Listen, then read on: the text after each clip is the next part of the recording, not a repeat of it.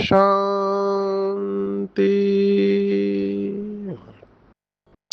आज 5 जून 2026 भारत में शुक्रवार है।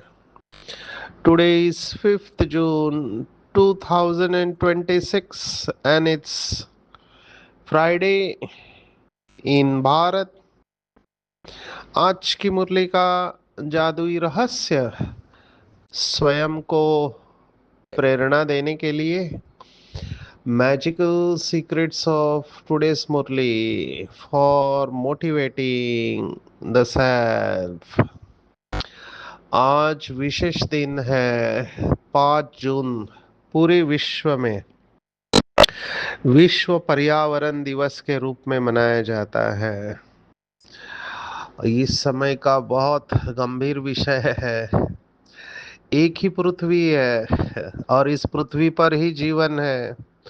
बाकी ग्रहों पर जीवन संभव नहीं है, ऐसे बाबा ने बताया है। हालांकि साइंस वाले मानते हैं कि ऐसी अनेक पृथ्वियां हैं जहां पर जीवन चल रहा है, पर अभी तक वो थ्योरी है। तो अभी तक तो हमारे पास केवल एक पृथ्वी है। हालांकि लोग चांद पर और मंगल ग्रह पर जीवन हो सकता है कि नहीं, इसके बारे में खोज कर रहे हैं।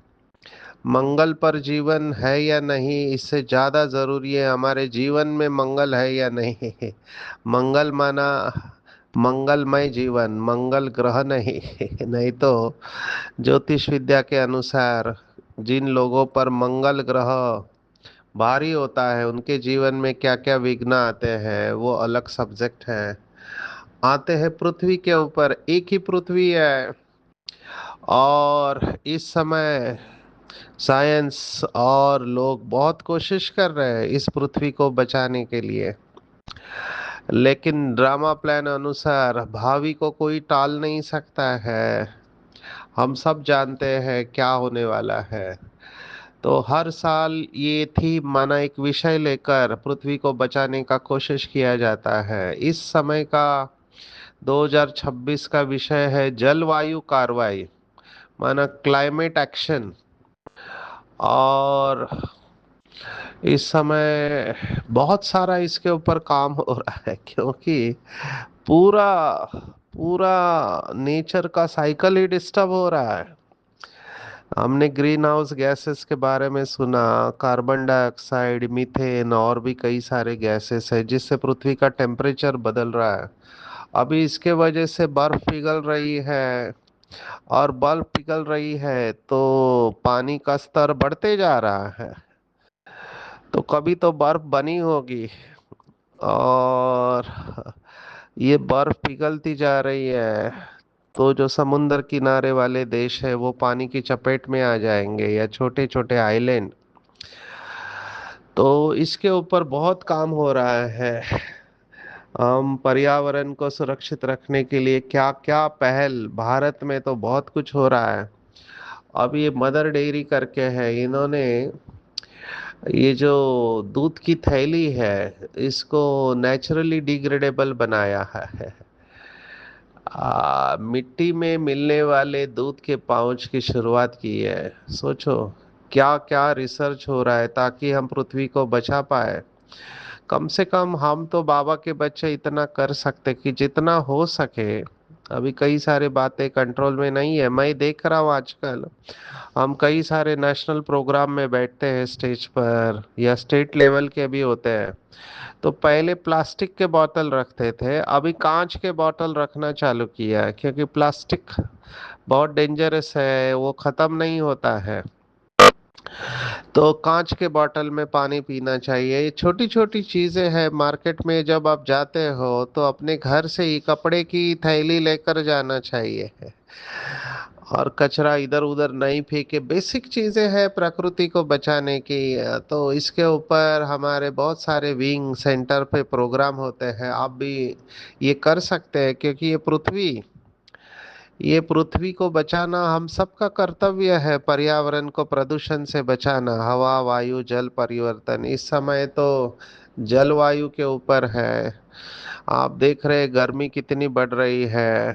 और कई जगह पर अभी जैसे मैं इधर अभी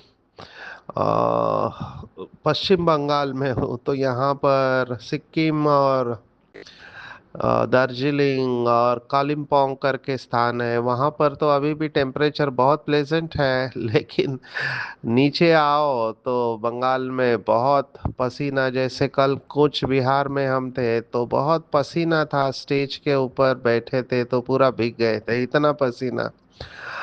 सब सेंटर पर एसी की सुविधा नहीं होती है, लेकिन फिर भी बाबा का कमाल है कि इतना हॉल पैक था और वंडरफुल प्रोग्राम बाबा ने कराया। तो इसके ऊपर चिंतन करेंगे कि पृथ्वी को हम कैसे सतोप्रधान अवस्था में ले जा सकते हैं। वैसे तो बाबा के बच्चे आत्माओं के साथ प्रकृति के 5 तत्वों की भी सेवा करते हैं। तो रोज थोड़ा समय हम प्रकृति के लिए योग करें। थोड़ा थोड़ा करके प्रकृति को हम जितना हो सकता है, ये बाहर की बातें और अंदर की बातें दोनों के ऊपर ध्यान दें। भारत में तो एक श्लोक है, देखो सुबह उठते ही कुछ श्लोक बोले जाते हैं, उसमें ये श्लोक है, समुद्र वसने देवी, है ना।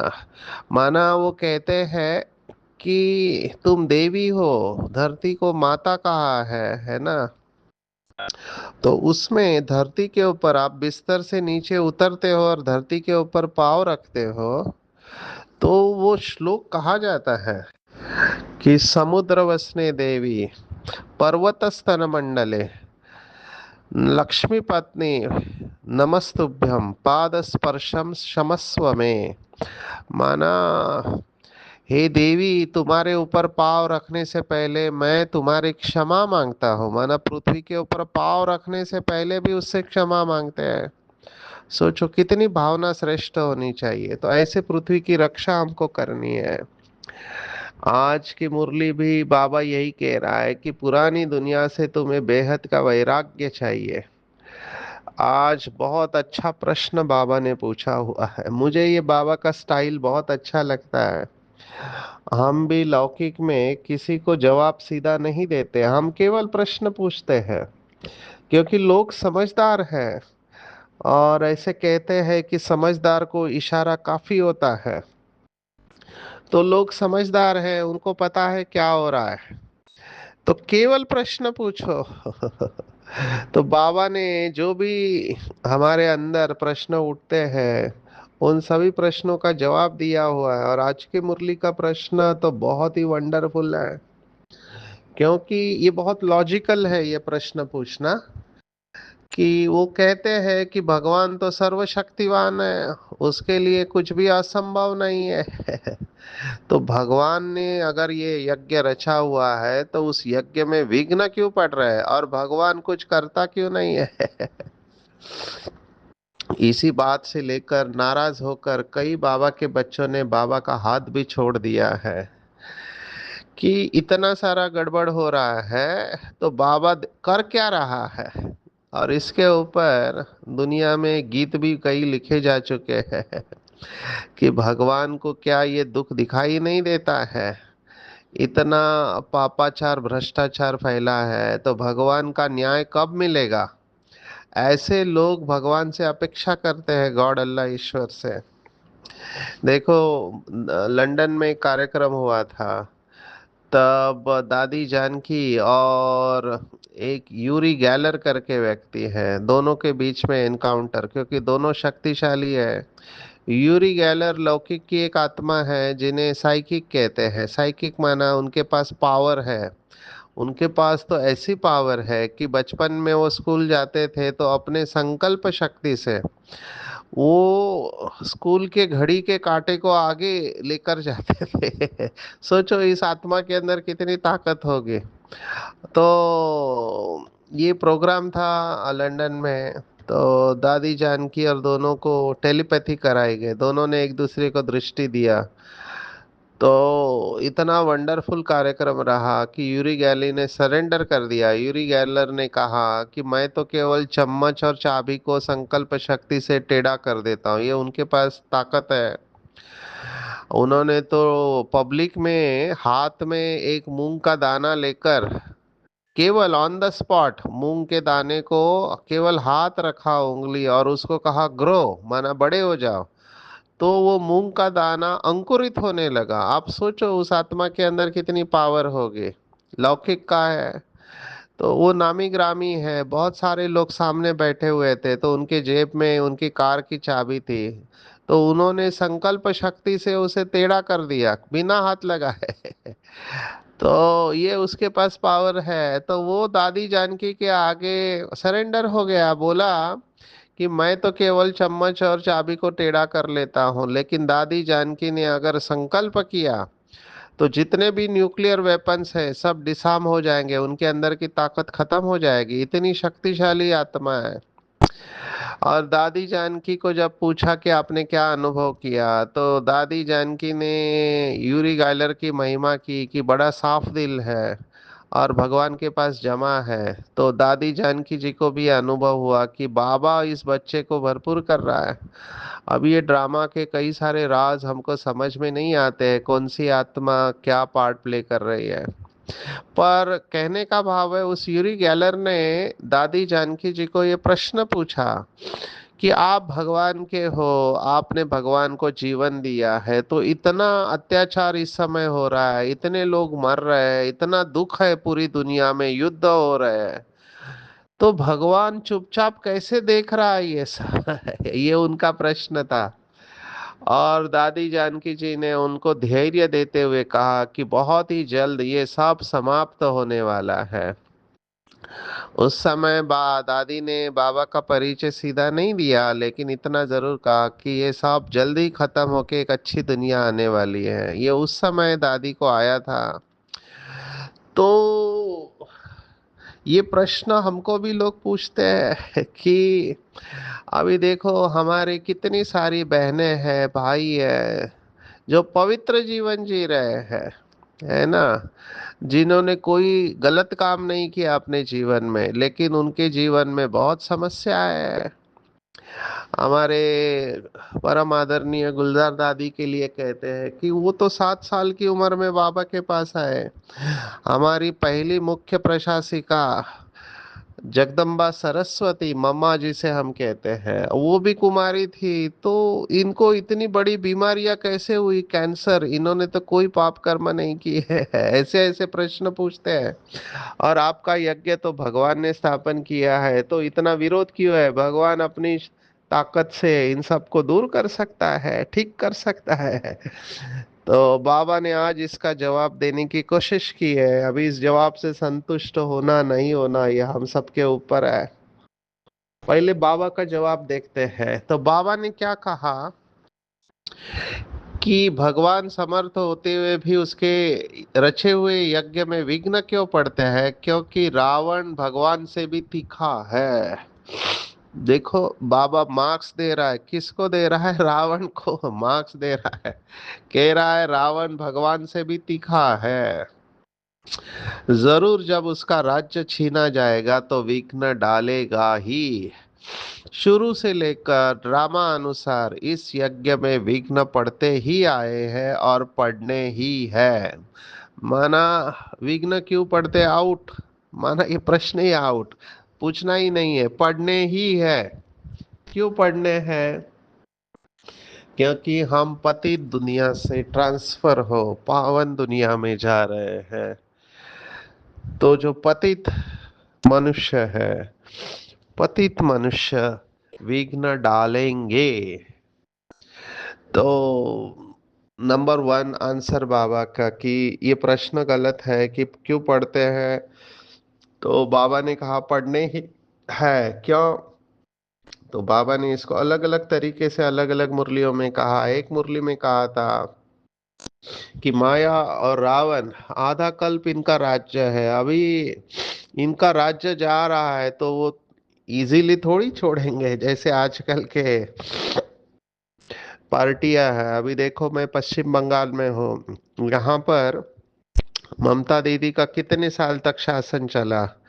अभी उनको भी पता चल रहा था कि अभी उनको जाना है, तो क्या क्या नहीं किया उन्होंने, कितना अपोजिशन हुआ, ये सब राजनीति में होते रहता है। हम किसी के फेवर में नहीं है, किसी पार्टी में नहीं है, लेकिन ड्रामा जो है, बाबा जो कह रहा है राजा ही छोड़ते नहीं है अपनी, तो रावण भी कुछ ऐसा ही है, अपनी राजा ही छोड़ता नहीं है, वो कुछ ना कुछ विघ्न डालेगा। तो ये सब विघ्न, मेरे हिसाब से तो, मेरा तो अभी ये संकल्प है कि हर विघ्न हमको प्रत्यक्ष करता है, हर विघ्न। और मेरे हिसाब से विघ्न जब पड़ेंगे, यज्ञ में जब विघ्न आएंगे, तभी हम विघ्न विनाशक का टाइटल प्राप्त करेंगे। माना विघ्न आएंगे और हम उसके ऊपर विजय प्राप्त करेंगे। इसलिए विघ्नों से डरना नहीं है, विघ्नों से बिल्कुल भी डरना नहीं है। ड्रामा प्लान अनुसार ये विघ्न आए हैं, आते रहेंगे। बाबा ने कहा लास्ट तक यज्ञ में विघ्न आते रहेंगे, सिर्फ विघ्नों का रूप बदलते जाएगा समय के अनुसार। तो हम सब जानते हैं कि क्या क्या विघ्न यज्ञ में आए हैं, लेकिन आज तक देखो ब्रह्मा कुमारी सेवाएं बढ़ते जा रही है। ये भी बहुत वंडरफुल है।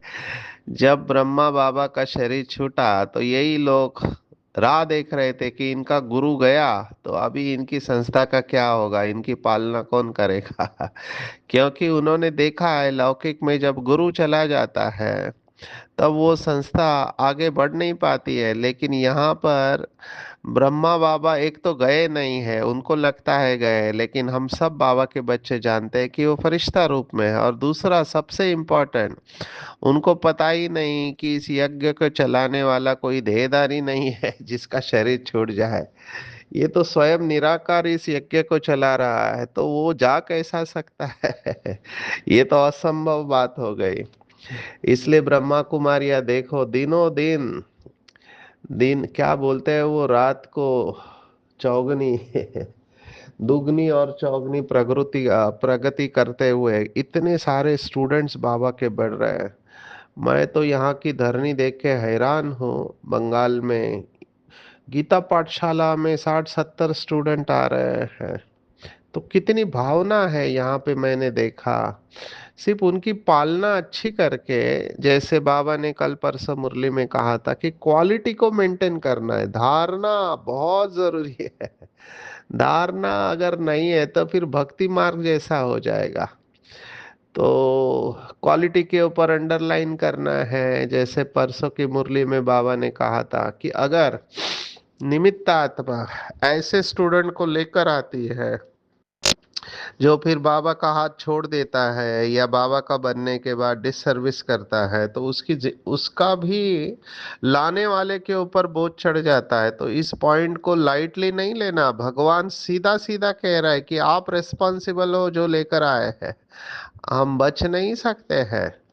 कई लोग इस बात को बहुत लाइटली लिया है, लेकिन हमको बहुत अलर्ट रहना चाहिए। भगवान का घर है, धर्मराज भी है भगवान के साथ में, इसलिए कोई भी बात को हल्के रूप में नहीं लेना है।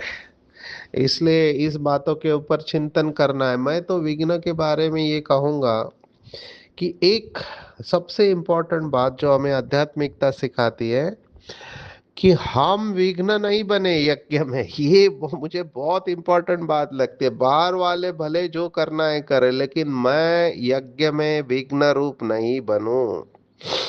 क्योंकि हमारे लिए चैलेंज ये आत्माएं हैं जो बाबा के बच्चे बनकर फिर विघ्न बनते हैं।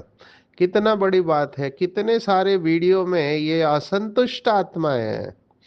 इसलिए मैं हमेशा ये कहता हूँ कि बाहर की सेवा भले हम करें, लेकिन साथ में जो बाबा के बच्चे हैं उनकी पालना होना बहुत जरूरी है। देखो, कुछ बाबा के अच्छे अच्छे वारिस क्वालिटी बच्चे बाबा का हाथ छोड़ के क्यों चले गए। अभी हम किसी का नाम नहीं लेंगे, नहीं तो फिर अच्छा नहीं लगता है, इसलिए इशारे में कह रहे कि वो बाबा का बच्चा इतना वारिस क्वालिटी वाला, पर हाथ क्यों छोड़ दिया उसने बाबा का। क्योंकि उसका एक ही था कि भगवान अगर इधर आता है तो इधर इतनी गड़बड़ क्यों हो रही है। माना उसकी मान्यता ये थी कि भगवान के घर पे ये नहीं होना चाहिए, जबकि बाबा ने मुरली में स्पष्ट बताया है कि बाबा के बच्चे भी नंबरवार है। अभी बाबा के बच्चे नंबरवार है, उत्तम मध्यम कनिष्ठ है, या महारथी घुड़सवार और प्यादे है। तो जो कनिष्ठ है, जो प्यादे है, तो उनके अंदर तो धारणा उतनी नहीं होंगी ना, और वो गलतियां कर सकते हैं। अभी आप देख किसको रहे हैं। हमको हमेशा जो फ्लाइंग कलर से पास होते हैं, है ना, उनको देखना चाहिए, महारथियों को। आप देख ही उनको रहे जो फेल होने वाले हैं। तो कहते हैं कि बाबा के घर पे ऐसा कैसे हो सकता है। तो बाबा ने इसका जवाब दिया हुआ है कि सतयुग में भी अलग अलग पद है ना। तो कोई बाबा का बच्चा बनकर अगर ऐसा कर्म करता है जो नहीं करना चाहिए, तो आप डिस्टर्ब क्यों होती है, पहली बात। क्योंकि सतयुग में भी तो चांडाल की जरूरत है। तो सतयुग में भी तो हमको दास दासियां चाहिए ना। तो आप राजा बनो, दूसरा क्या करता है इसके ऊपर अपनी एनर्जी वेस्ट मत करो। ये फंडामेंटल पॉइंट है। बहुत से भाई बहने इसी से डिस्टर्ब हो जाते हैं। तो बाबा ने इसका सॉल्यूशन समय समय पर दिया हुआ है। क्या कहा है कि see father and follow father, do not see brother and sister. इतनी सिंपल बात है। See father and follow father, do not see brother and sister. क्योंकि ब्रदर एंड सिस्टर कंप्लीट नहीं है, तो जो कंप्लीट नहीं है उससे गलती होगी। और राजधानी बन रही है, तो राजधानी में तो सभी की जरूरत है। आप डिस्टर्ब नहीं होना। तो पहला, मैं विघ्न नहीं बनूं। दूसरा, अगर दूसरा कोई विघ्न निर्माण करता है तो उसके लिए शुभ भावना रखो। ये कौन सी समझदारी है, मुझे समझ में ही नहीं आता है कि गलती कोई और कर रहा है तो मैं अपनी अवस्था क्यों खराब करूं। ये तो समझदारी हुई ही नहीं। गलती कोई और कर रहा है, मैं अपना चार्ट क्यों खराब करूं। मेरा काम है। जैसे बाबा ने एक मुरली में कहा था कि आप ईश्वरीय फायर ब्रिगेड हो। तो फायर ब्रिगेड का काम क्या होता है। आग लगी है, पानी डालना। आग किसने लगाई, क्यों लगाई, आग लगती है क्या, ये सब प्रश्नों में जाना ही नहीं है। सॉल्यूशन के ऊपर फोकस करो। सॉल्यूशन मुझे एक ही दिखाई दे रहा है इस समय। शुभ भावना, शुभ कामना। Do not interfere in the drama of anyone. क्योंकि ड्रामा प्लान अनुसार जिनको नीचे जाना है उनसे ऐसे कर्म होंगे। तो किसी के ड्रामा में आप इंटरफियर नहीं करो, साक्षी बनकर उनको शुभ भावना देते रहो। यज्ञ के लिए विशेष योग करो। आज देखो, कुमार कुमारियों को बाबा ने याद किया है। रहना तो कमल पुष्प समान पवित्र पेड़ किसके लिए है। ये गृहस्थ व्यवहार वालों के लिए। कुमार कुमारियों को तो पवित्र रहना ही चाहिए। अधर कुमारी या अधर कुमार नहीं बनना चाहिए। कन्या पर मार पड़ती है तो लाचारी हालत में गंधर्वी विवाह कराया जाता है। अभी बाबा ने खुद ऐसा विवाह किया कि जब समझो किसी कन्या को बंधन है और कुमार को बंधन है, तो दोनों की शादी बाबा ने कराई है। पर ये लाचारी हालत में होता है। हर एक उठ के बोले कि हमको गंधर्व विवाह करना है, ये ठीक नहीं है। तो वास्तव में बाबा ने आगे भी कहा है कि मार भी सहन करनी चाहिए, परंतु अधर कुमारी नहीं बनना है। तो बाबा कितना मार्क्स देता है, सोचो पवित्रता को। शादी की तो हाफ पार्टनर हो गए। कुमारों को कहा जाता है तुम तो पवित्र रहो। तो गृहस्थ व्यवहार वालों को कमल फूल के समान बनो, उन्हों को ही मेहनत होती है। तो गृहस्थ व्यवहार वालों को मेहनत होती है, लेकिन मैं देख रहा हूँ बाबा के कई बच्चे गृहस्थ व्यवहार में बहुत अच्छे चल रहे हैं। कन्या को तो पढ़ना है, ज्ञान में मजबूत रहना है। केवल जो छोटी कुमारियां जो सगीर है उनको हम ले नहीं सकते, वो अपने घर में रहकर पढ़ सकती है। आज का कोट ऑफ द डे अगर आप लेना चाहो तो इसके बाद वाला है कि ब्रह्मा कुमारी स्कूल का स्कूल है, घर का घर है और सत्संग का सत्संग है। बाबा ने कितने मुरलियों में कहा, ये हॉस्पिटल भी है, यूनिवर्सिटी भी है। आज कहा स्कूल का स्कूल, घर का घर और सत्संग का सत्संग है। कितनी अच्छी बात है। आज बाबा ने कई सारे ऐसे पॉइंट बताए, पर मुख्य पॉइंट यही था कि विघ्न क्यों बनते हैं। तो बाबा ने इसका जवाब दे दिया, और भी इसके ऊपर चिंतन करेंगे। मैं बाकी की पॉइंट्स को लेता हूं जो मुझे इम्पोर्टेंट लगती है। वो ये है कि कई लोग कहते हैं कि हमको अनुभव क्यों नहीं होता है या कशिश क्यों नहीं होती है। बाबा आया है, भगवान आया है, जिसको ढूंढने के लिए लोग इतना तड़पते हैं, तो हमने तो बुद्धि से दिमाग से समझ लिया, फिर कशिश क्यों नहीं होता है। ऐसे बाप के पास तो कई बार जाए, लेकिन बाबा ने कहा पूरा निश्चय नहीं है।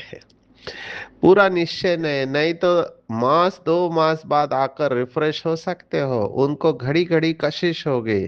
सुई पर जंग चढ़ी हुई होती है तो चुंबक इतना खींचता नहीं है।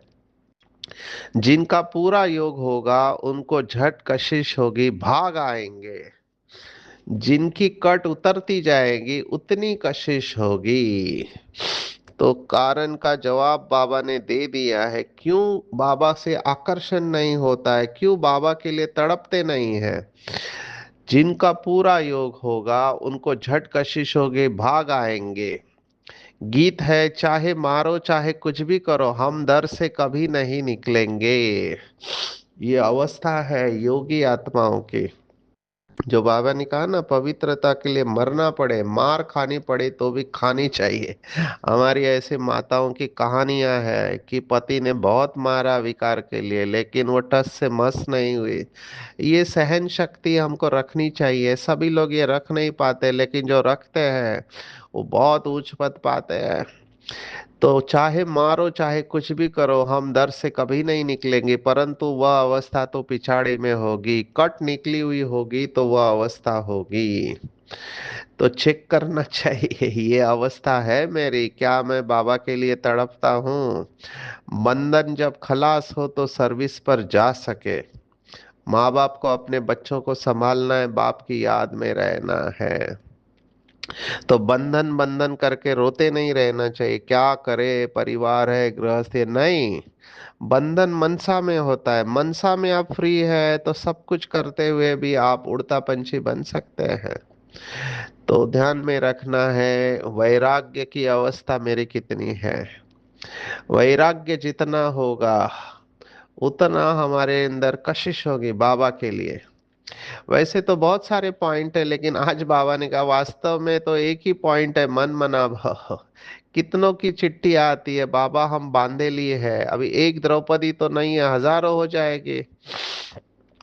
तो हमको कोई बहाना नहीं देना है। देखो बाबा की नजर किसके ऊपर जाते, कोई अच्छे अच्छे अच्छे फूल होते हैं जो देखने से ही आराम आ जाता है। नाम है किंग ऑफ फ्लावर्स, 5 दिन रखो तो भी खिला रहेगा।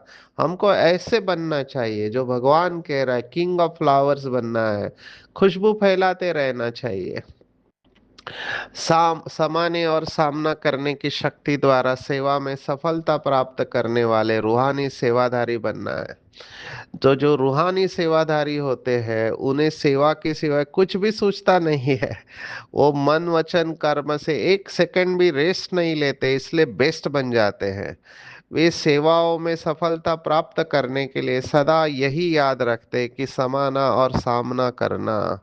तो समाना किसको है, पुराने संस्कारों को समाना, और सामना माया को करना है, ना कि दैवी परिवार से। ये बहुत इंपॉर्टेंट पॉइंट है, गड़बड़ नहीं करना है।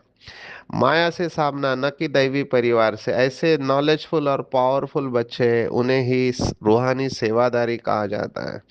कई लोगों को नेचर होता है छोटी बात को बड़ा करना। बाबा ने कहा छोटी बात को बड़ा नहीं करो, इससे वातावरण खराब हो जाता है। वातावरण को शक्तिशाली बनाओ, अगर करना ही है तो बड़ी बात को छोटा करो। और अपने खुश नसीब हर्षित मुख चेहरे द्वारा मानव को जीवन जीना सिखा दो, जो हमें देखकर उनमें हिम्मत और उमंग उत्साह आ जाए। इसलिए अपने नेचर को सरल बनाओ और सदा कमल स्थिति के आसन पर डबल लाइट स्थिति में रहो। तो जो भी ना उम्मीद है, निराश हुए हैं, ऐसे लोगों को नया जीवन देने को बार बानी कहा हुआ है। वो कभी होगा जब नेचर सरल होगी और सहनशील रहेंगे और हर्षित मुख रहेंगे। आज की पूरी मुरली में टेक होम है, बाप के साथ हम तभी चल सकेंगे जब पूरा बेहद का वैराग्य होगा। विघ्न जरूर पड़ने हैं, इसलिए विघ्नों से डरना नहीं है। माया अपोजिशन करेगी, लेकिन अपोजिशन से डरना नहीं है। भगवान हमारे साथ है, भले रावण तीखा है, लेकिन उसके जाने का टाइम हुआ है। इसलिए ज्ञान योग में मजबूत रहना है, अपने बंधन को समाप्त करना है, किसी भी नए बंधन को तैयार नहीं करना है, बंधनों में जानबूझकर फंसना नहीं है। बाल ब्रह्मचारी रहना है, गृहस्थ वालों को कमल पुष्प समान रहना है। चढ़ती कला, चढ़ती कला का समय है, इसलिए सब बाबा हमारे सब दुख दूर कर रहे हैं, श्राप मिटाकर वर्षा दे रहे हैं। तो जांच करनी है हमारी बुद्धि कहीं भटकती तो नहीं है, और पुराने संस्कारों को समाना है और माया का सामना करना है, ना कि दैवी परिवार का सामना करना है। जो रूहानी सेवादारी होते हैं, नॉलेजफुल के साथ पावरफुल भी होते हैं, वो एक सेकेंड भी रेस्ट नहीं लेते, सदा मन वचन कर्म से सेवा में बिजी रहते हैं। छोटी बात को बड़ा नहीं करेंगे, बड़ी बात को समाएंगे, वातावरण को शक्तिशाली बनाएंगे, छोटी बात को बड़ा नहीं करेंगे। और जो लोग ना उम्मीदी की चित्ता पर बैठे हुए हैं, ऐसे लोगों को नया